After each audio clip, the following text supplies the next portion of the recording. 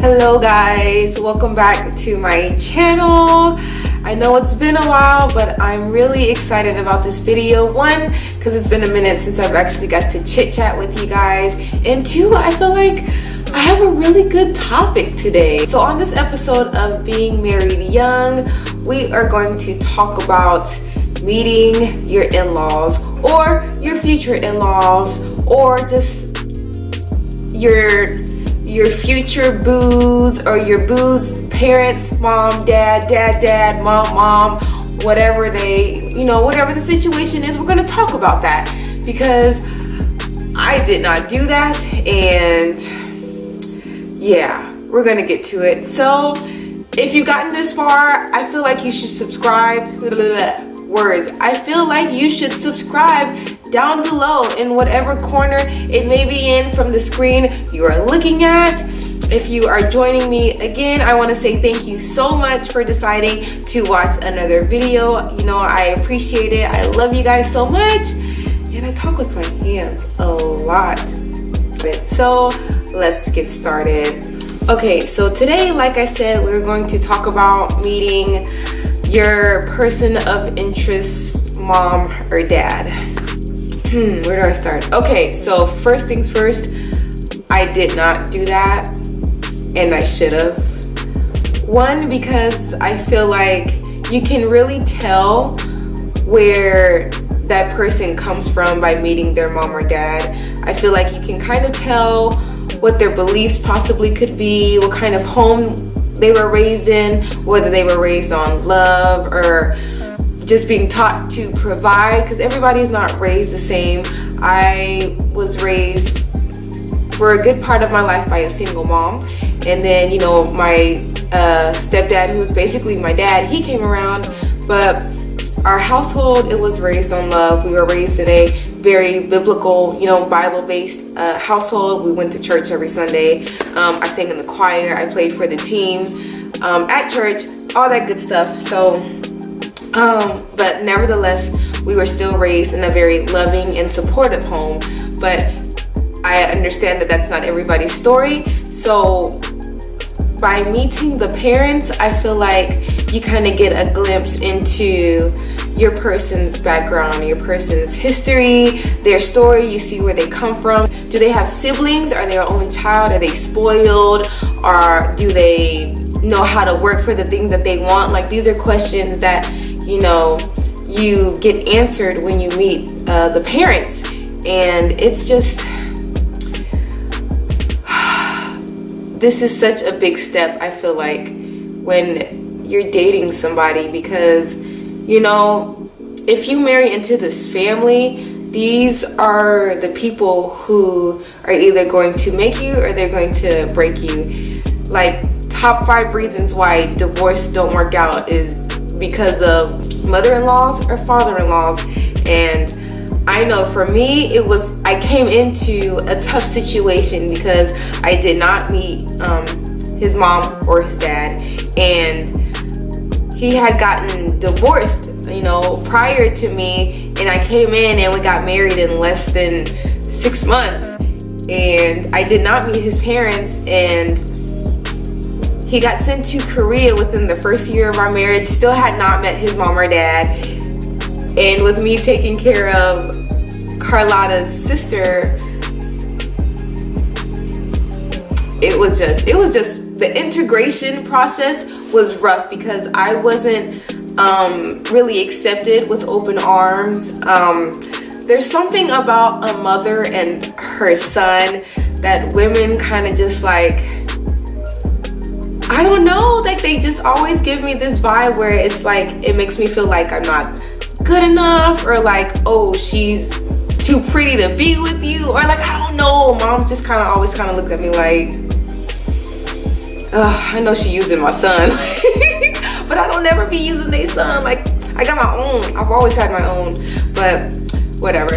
So the integration process, because I did not meet his parents prior to us getting married, it was just like I was having to establish the relationship with his parents without his help. And I'm, shy. I'm introverted. I don't really reach out to people that I don't know. That's just not in my character. That's just not the type of person that I am. Like, I very easily do that, you know, with my own circle. Hey, how you doing? Checking on you. What's up?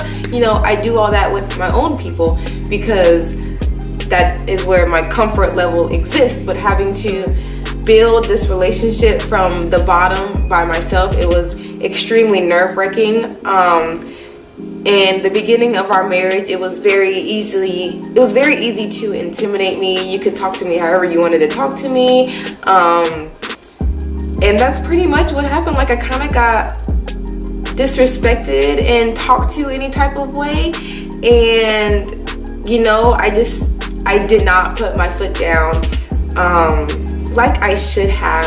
And I just feel like when you meet this person's, you know, family, you can kind of fill it out. They can kind of fill you out. You guys can get acquainted, ask questions. Hell, you know, if y'all are cool, go to lunch, grab a couple margaritas, you know, go eat some tacos, you know, just, you know, become a member of the family. Like, that is so important that you meet these people because you want to have that support system. You want to have those people you can call and be like, you know, we're having a communication issue. I wanted to know about this that happened, or I want to surprise your son with something, but I don't really know what to get because it seems like he has everything, so what do I do? Or just, you know, hey, how you doing? If you guys get to the point where you have kids, you can call them and be like, hey, can you help get a box of diapers? You know, it's just like being able to really like communicate and joke around and just feel, you know, like you're a part of the family is so important, because there are so many situations that can be avoided, you know, when you're meeting these people, and you don't want those issues in your marriage. We had those issues in our marriage where situations happened that I felt like I was disrespected, that I felt I was mistreated, and I felt like I was supposed to be able to, you know, tell my spouse this, and he should have had my back, but he didn't. So it's just like, you have to go through that stage where, you know, if you plan on being with somebody for a period of time, you guys kind of have to agree to, you know, have each other's backs when it comes to parents, because they will overstep as much as you allow them to. And if you guys put on this strong front, like, hey, you know, this is my wife, this is my husband, you have to respect it, or, you know, we're gonna have to love you from a distance, then that's what you guys can agree on, and that's how your relationship can move forward. But we didn't do that. So for a while stuff was happening, and then I kind of finally got tired, and then, you know, Petty Betty, she came out. It was temporary, but she came out. You know, I had my little moment or whatever, and then I feel like after that it kind of slowed down, and eventually one day, a few years down the line, my spouse finally understood what it is that I was saying about disrespect and how I was being treated and talked to. Unfortunately, it's a little late, but hopefully in the future. For me, that was a learning experience, because, you know, my next relationship, meeting his mom is like at the top of the food chain. Like, the dads for me are always like really cool. They always kind of welcome me with open arms. Oh, she's pretty. Oh, she has a good head on her shoulders. She seems like a nice girl, which I am. But, you know, women, we're a little bit tougher to break through the barriers. A lot of us see through bullshit. And like I said, mothers are just protective of their sons. So make that a thing on your list. If you have not met the mom or dad, make sure you go meet the parents. It's going to save you in the long run, because you don't want that to be the reason why you guys have like fights or arguments, or you're not on the same page. Like, there's 1,000 other things that you could be worried about. But if you have to worry about like mother-in-law or father-in-law issues, I'm telling you, man, it's just the worst, because at that point your spouse feels like they're in the middle. And even though they should be like, okay, this is my spouse, I should take up for them, it's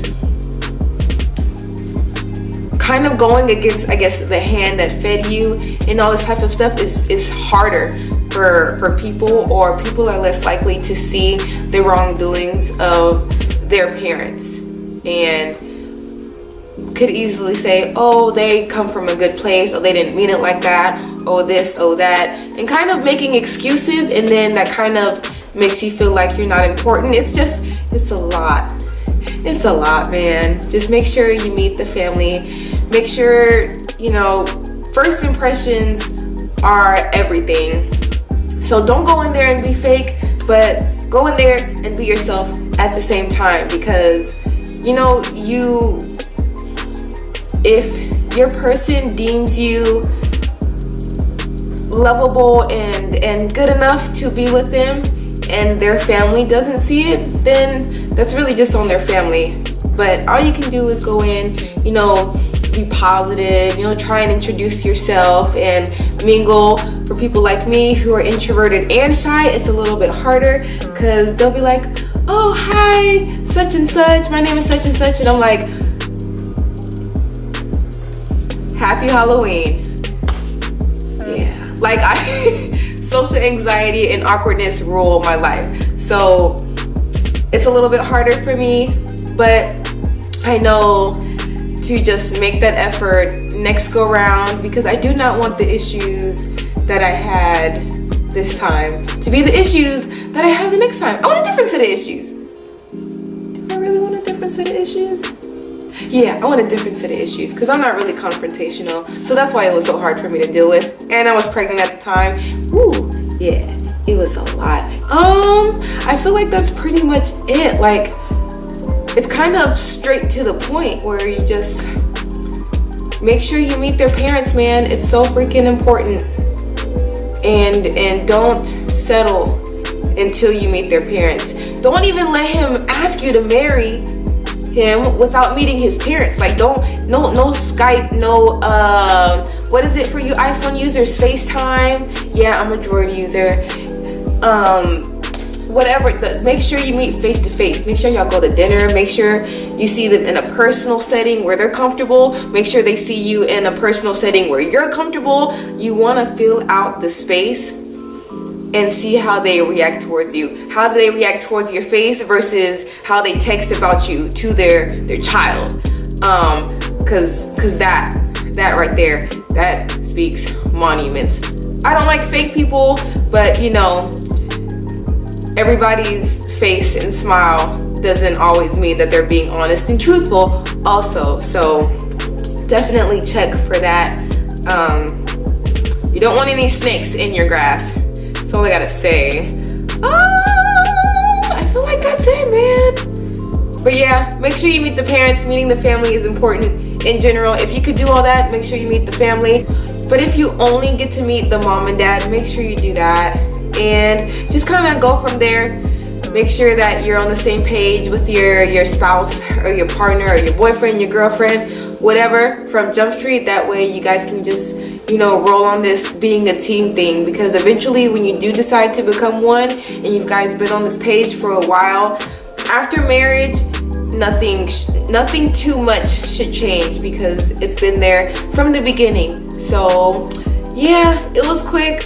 I feel like it was quick. Hopefully it was quick to you guys, and it's good to talk to you guys. I know it's been a while since I've done one of these being married young things. I keep looking to the side because the light is going down. I apologize. But yeah, I really try to do this being married young series and a Life with Lottie series like once a month, but life with Lottie and life in general gets very hectic. I'm nearing the end of the semester. I think I have about 2 weeks left, so I have finals coming up. Pray for me, Lord, pray for me. And I've been working like crazy trying to get ready for the holidays and getting sick. So if I sound a little bit congested, I'm like still trying to get over a cold and all these reasons and excuses, but I'm doing my best. If you're still here watching, thank you so much. I love you guys, and I will see you next time. Bye.